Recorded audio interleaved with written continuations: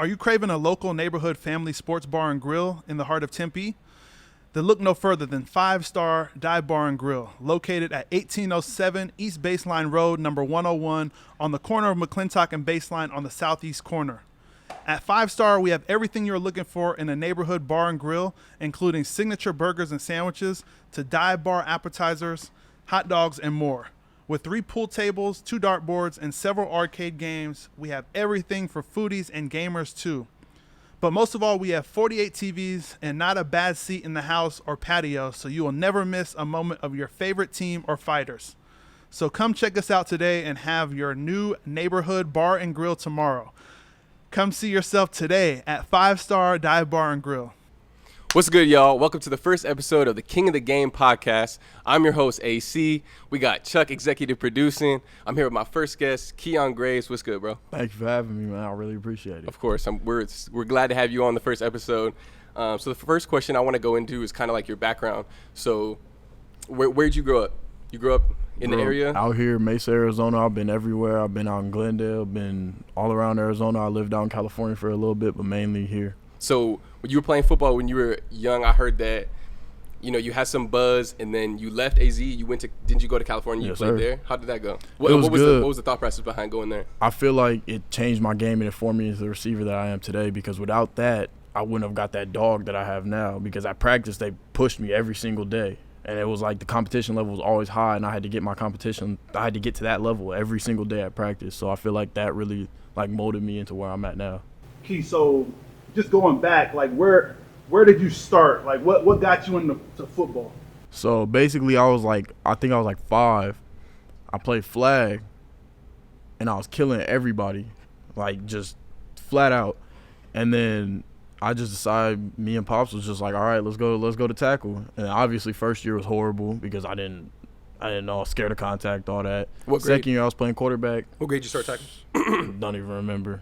I was like 6. That was my first year. Oh, wow. Y'all just... So I was 6 my first year, and then I went to quarterback when I was 7.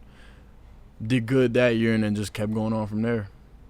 Actually, my 8th grade year out in California, that was my first time actually playing receiver. Usually I played running back and quarterback. Those are my 2 positions. So when you was with the IE Ducks? Yeah, that's when I first started playing receiver. That's when I was learning everything. That's crazy, because the first time I seen you, I followed you from afar, even when you were in Arizona. The first game I seen you in, it was like one of the biggest games was IE Ducks versus Chandler Bears. Yes. And I know the Chandler Bears got the best of you guys. Do some of your teammates still kind of bring that up? Oh, all the time. That's always a talk. Like, no matter what the situation is, they always bring that up. So, I mean, we got them the second time. That's all that matters. I was just saying, so you're just an athlete. So you just play all positions, and you were just like wide receiver. You just figured it out. You're like, this is the best. This fits my skill set the best. Why? Yeah.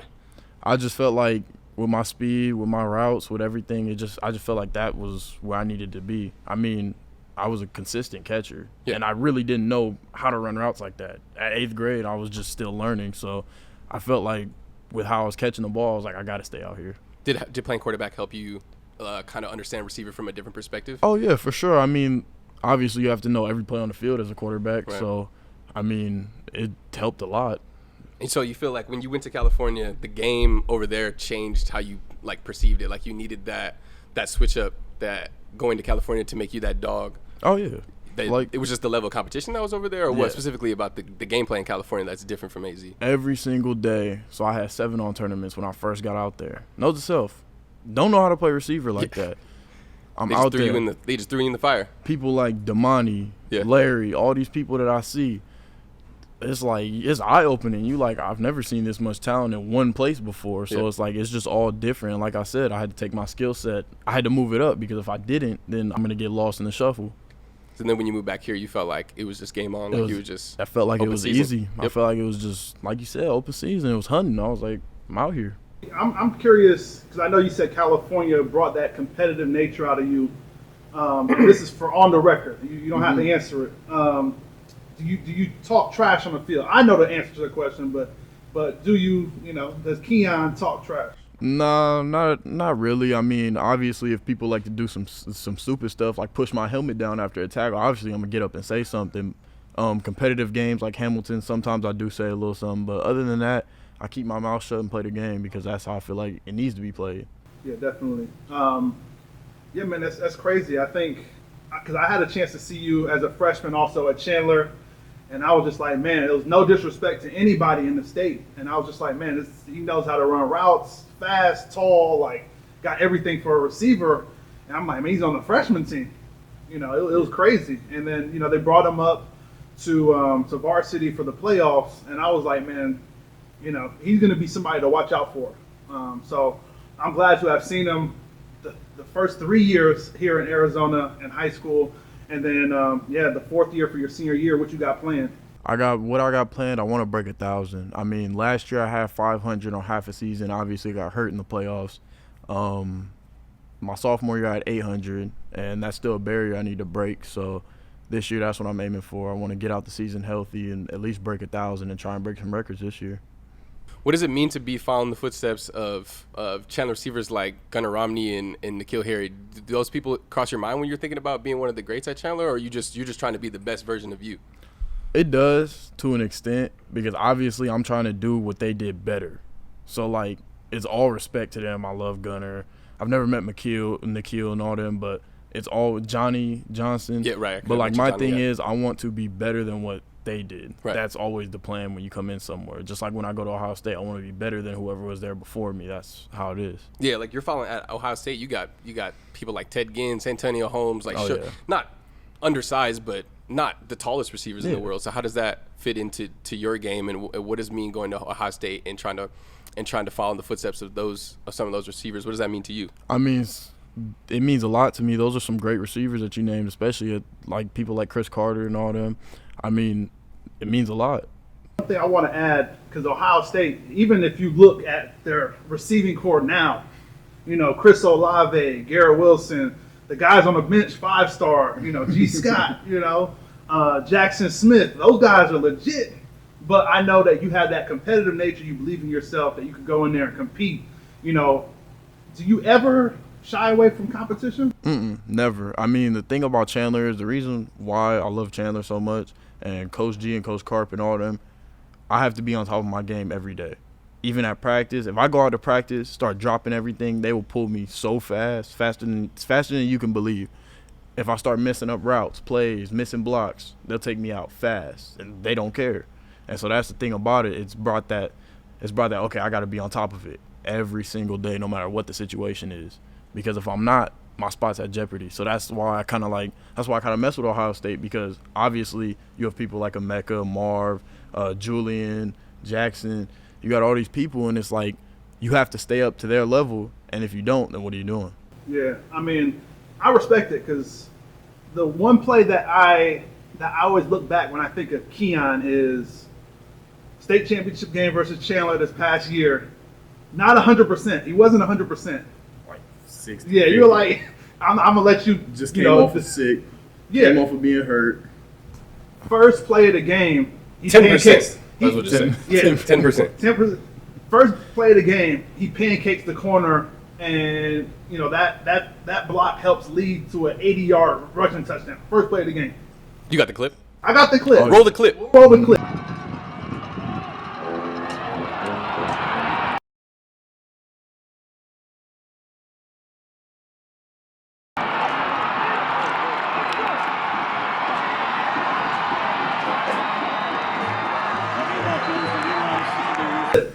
But no one talks about that. Kyon's doing everything, blocking, route running, everything. Even if he's not getting the ball, he's running. So do you pride yourself in being a complete receiver? Oh, you have to. I mean, if you're not a complete receiver, then what are you doing? I mean, if you're not blocking, like we said, Chandler, if you don't block, you don't play. So my thing is I try to set the tone early. I try to make sure that the DB knows that I'm here. Yeah, you're coming. I set up everything. I'm gonna hit you a few times, and when I want to run deep, you're gonna be scared, and you're gonna be on your heels, and I'm gonna run right past you. So, talk to us about the cerebral part of the game. Like, I know you said going to California, you kind of learned the receiver intangibles, the athletic part of it. But then going to Chandler and being there all 4 years, I know they spend a lot of time in the film room. I know they're giving y'all packets. So I've heard much legends of the packets. This 20,000-page packets that they send home with you, and the stuff they do in the film room. So talk to me about what it meant to learn the game at Chandler, like what you learned from being a part of that culture. Coach Carp and Coach G have taught me so much about it. Like, I feel like my football IQ compared to most high school players is high. I can read defenses. Most defense, obviously, we don't get into cover sixes and all this different stuff, but I can read most defenses for the part.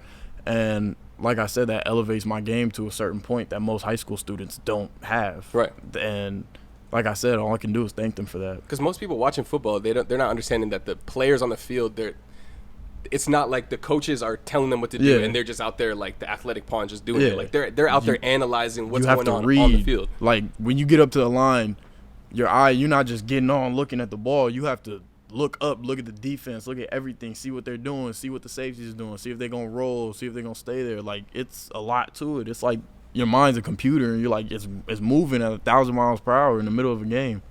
But like I said, that stuff helps a lot. Absolutely.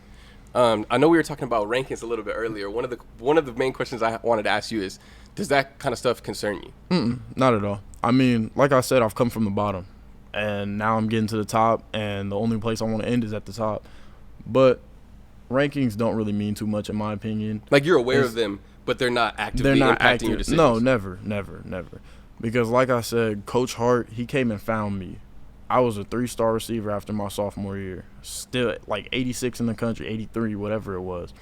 And the fact that Ohio State still came and found me shows that rankings don't really mean too much. It's about you as a person, you as a player, on the field, off the field, all that. Do you felt like you earned that Ohio State, let's just say, prestige far before like you got offered? Would you say like you felt like you put the work in for it far before they came and said something? I feel like I did, but at the same time, you never really know. Like, obviously, it's up to them. It's their choice. So the fact that they, like I said, they still came and found me was a great thing. Absolutely.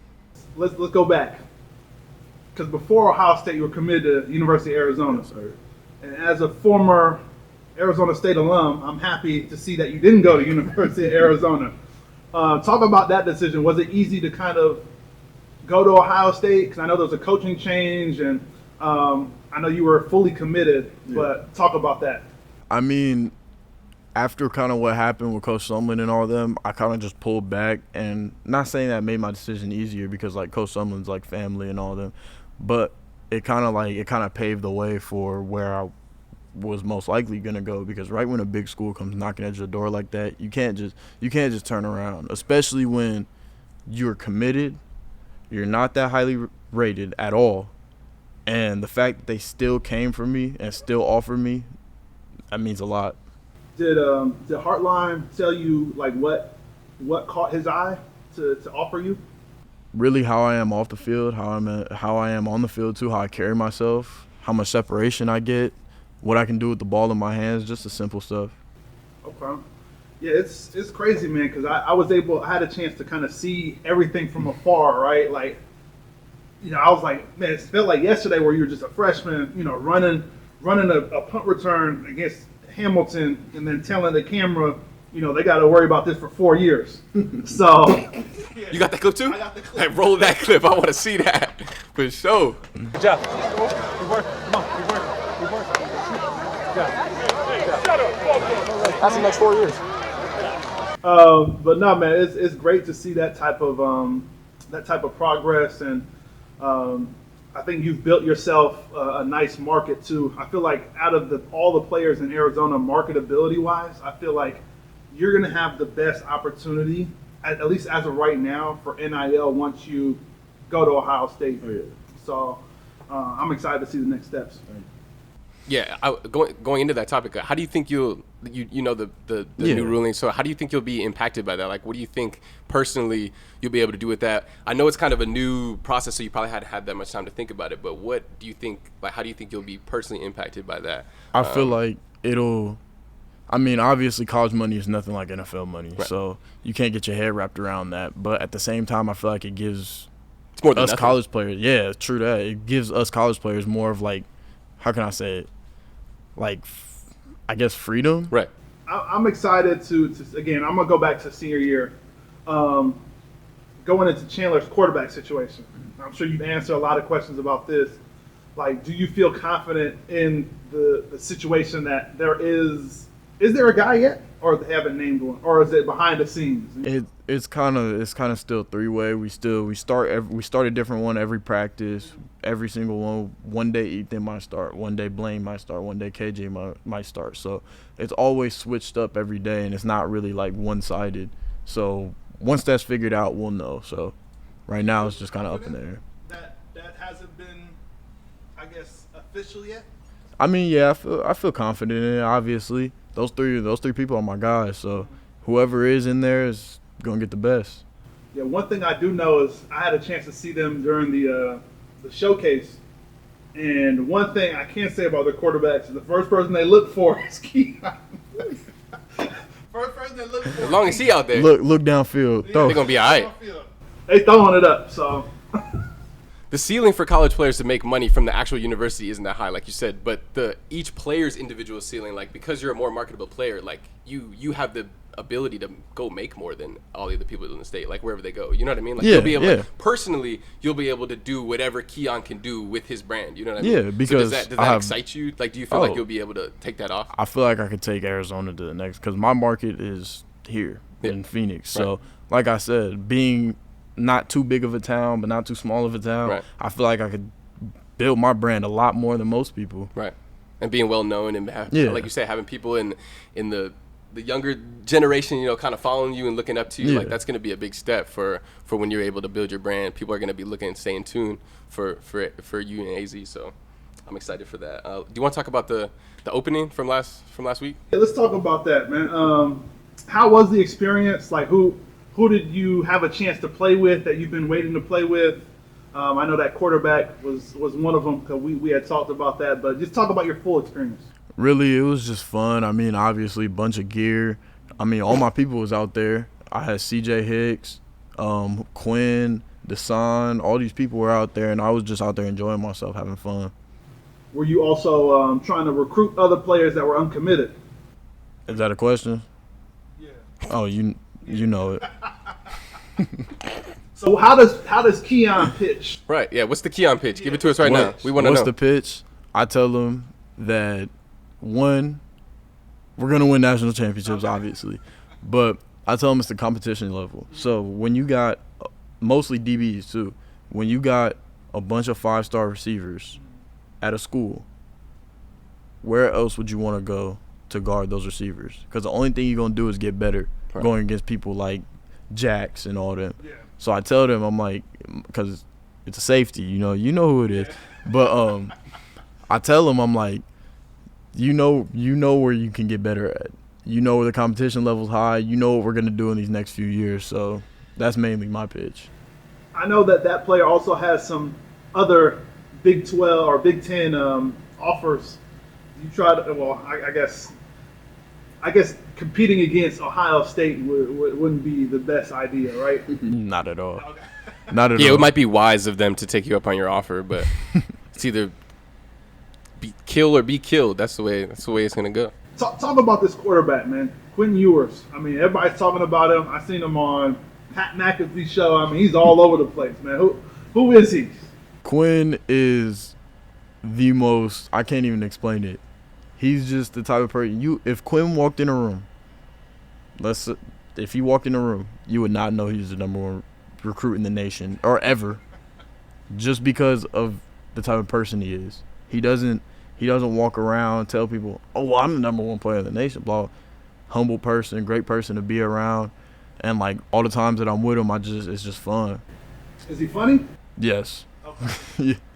So who do you look forward most to like playing with at Ohio State? Everybody that's committed right now. I'm happy. Like all these people are like my brothers, and like I said, I really just can't wait to get in there and just start building that bond, building that relationship with everyone, and making it a little bit closer. Being at combines like that, what is it? Is it more exciting and more fun to be around top talent, or does it make you like a little bit nervous that you're going to be around people that you might not necessarily dominate like you do back home? It makes me, like you said, it makes me happier because now I know I'm going to get better. Right. Now I know I have to step my game up, like I said earlier. And so with you, it's all about surrounding yourself with the best competition so that you can get better. With the best, because the only thing I'm going to do is get better. Right. That's not a mindset that not a lot of people have.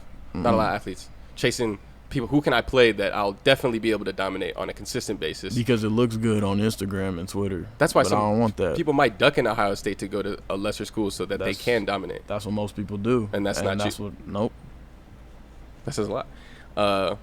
If you could describe Kyion Grays in 3 words, what would you use to describe you? I'd say nonchalant. I'm a very easygoing person. I don't really get mad like that. Just kind of go about my business. So nonchalant. Worry about me. I say, what else could I say? Dang, this is a hard one. You got me with this one. This is always the hard one. 3 words is always the hard one. Nonchalant, that's a good one. Not a lot of people would say that they're nonchalant. I'd say Mr. Low Key. That too. Low-key. I don't post a lot on Snapchat, everything. I don't do nothing. Most of my stuff is all football. It's all business related. Like Snap, you don't see me posting everywhere I'm going. You don't see me doing That's a good mindset to have being young, because a lot of people are all in. Like you said about that quarterback, a lot of people are all into them. Especially in high school, the buzz is all about you. It's real easy to get caught up in that. Everyone posts where they at. Hey, I'm here. No, not me. Like they're a celebrity when they're. That's really what not. I'm saying. I'm Right. like, I don't like that. I'll just keep my stuff private. You never know where I'm at. Yeah, I think that's best, and I think you're setting yourself up good marketing wise, because it sucks that some of the athletes now are just posting everything, right? Everything they do. Everything they do. Every person that's trying to throw money at them, as far as college athletes, NIL, it kind of dilutes their page. Yeah. But I know for Kyion, he doesn't talk much, but when he talks, people listen. Right. So when he posts, people listen. When he does anything, people are watching it. Yeah, that's why you gotta watch what you post, because, like I said, if you're posting your whole life, people gonna use that. You never know what you can get. Someone could screenshot something to zoom in the photo, and you're like, what's this back here? Yeah. There goes your. So would you say like the third word for you would be like real, or like real? Yeah, like real. Like Real. you're real. Like you feel like Real. people respect that realness Real. about you, that they not getting nothing fake. Nothing. Absolutely. Yeah, that's good, man, because, there's been NFL players that draft night, them in the gas mask popping up. That's what I'm saying. Millions of dollars. And that's how fast it goes. Yeah. That's why you keep your stuff private, because you never know what people could be recording, what people could be saving, what any of that. You never want that out there, because like you said, you lose $1 million. Yeah, it's crazy. I always try to tell athletes, man, like, always think somebody's recording you. Always. Phone call, text message, snap. Even in person, you got to kind of watch what you say unless they're in your inner circle. Like, don't show off, but like be aware that somebody's going to be like monitoring you. Yeah. All times. So, no, that's good. As far as like Ohio State, what are the Ohio State fans? What are they? Yeah, what are do they they getting? expect? Tell Yeah, them, facts. what are they getting in Kyion? They're expecting a good person on and off the field. They're expecting someone who's going to show them the most love. Like, I'm not Hollywood. I'm not. I respond to my DMs. I respond to everything. They're going to get someone that's going to show them the most love. They're getting someone that handles their business, goes about it, gets it done. That's really it. So, I don't want to put you on the spot, but it's gonna get hard to respond to every DM once. Oh yeah, no, it already is hard. I try to get the most I can, but some points it gets overwhelming, and I'll just leave it, and I'll be forgetting. But like I said, I try to respond to everyone. Try to make sure that everyone feels like. Included. I don't want to feel like that one person that's too Hollywood to respond to everyone. So what's your ultimate goal with football? My ultimate goal, obviously, the big league. That's the main goal, but I want to make sure that I get everything out of this game, and I want to give it back. So like I said, at the end of the season, I told all my young bulls, everybody, I said, I'm giving away most of my gloves for free. You know how people like to sell their stuff before they go to college? I'm giving it away for free. Whoever wants it, just text me, and I'm giving it to you. Because I feel like if I get this stuff, I'm giving it back for a good cause. Right. I'm not going to need it no more, but I'm not going to charge you for something that I got. It's going to be the worth of having that item. Yeah. It's more worth than whatever you could get monetarily. I don't need no money out of people. Like I tell the kids, I'll be like, take it. There you go. You need gloves? Here, take it. I give away all my stuff. Because they're not going to forget that. No, never. Yeah. And there's no need to charge people for stuff. Right. Kyion, you talked about you competitive.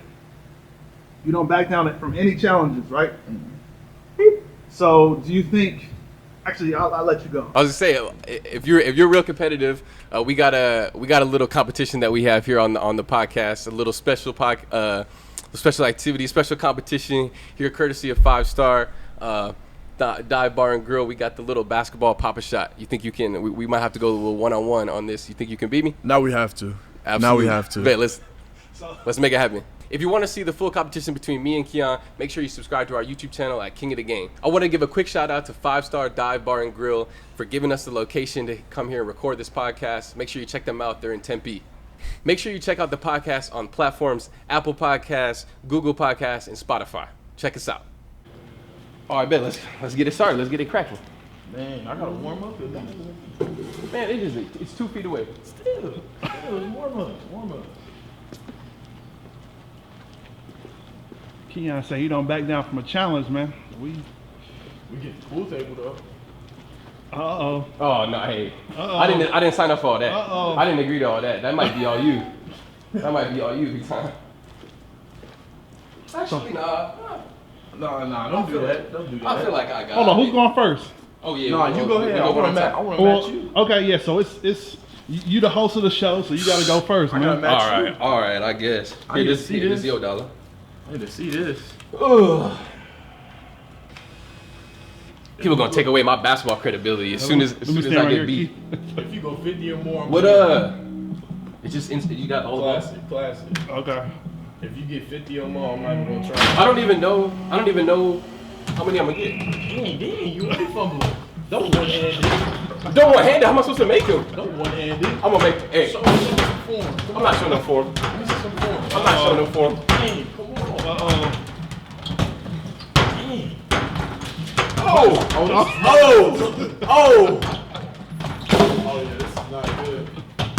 That's bad for business. Key, what you seeing? What you seeing? How many do I got? Or how many seconds left? Oh, right there. 27. Oh my goodness. That's terrible. That's bad for business, my boy. Uh-oh. Business is not booming on your head. I'm dropping the ball, I'm turning the ball over and everything. That's crazy. Oh, yeah, that's a bucket though. Oh wow. Wait, am I done? No, you got 5 seconds. I'm just over there hitting the top of the thing. Uh-oh. Hold on. What did I get? 26? You got 26. You're not beating 26. That's not good enough. You're not beating 26. Okay, let's AC. Is he beating 26? 26 is a good number. Y'all sleep. Hold on. He got a ball already before he even. That's what I'm saying, man. Come on. They supposed to- That's Come on. crazy. They already put the hoop closer to you. That's crazy. Uh-oh. What balls are Yeah. Oh, Look yo, at they stuck. Oh, no. Come Oh, on. this is janky, yo.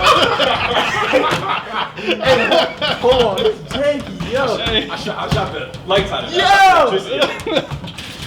They ain't feeding them the rock. They Yo! ain't feeding them the Why you rock. talking about me? You banking all your shots in. You ain't even switching up. Hell yeah, I am. Straight form, though. Are you Yeah, right calling? back at you. Look at that. Yeah. You calling board? Bro, where is the... They ain't feeding them the rock. They ain't feed me the rock, man. I'm hot right now, though. No, I'm not. Boy, how is this going up in twos? I didn't go up in twos. Yeah, it did. No, it didn't. There's no way. Mine went up one by one. I made 26 individual buckets.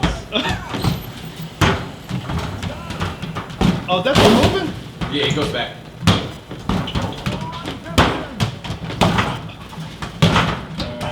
The Key's been playing this mess for a I'm while. about to say, this boy He ain't one been up before playing he got this here. mess He got for- the memo. That's Go ahead, crazy. Key.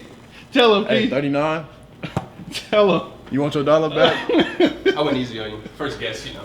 How much you get, Key? Huh? How much you get? 39. You see the stuff? You want your dollar back, my boy? I don't know. You good? Nah, we We gotta find a new host. let's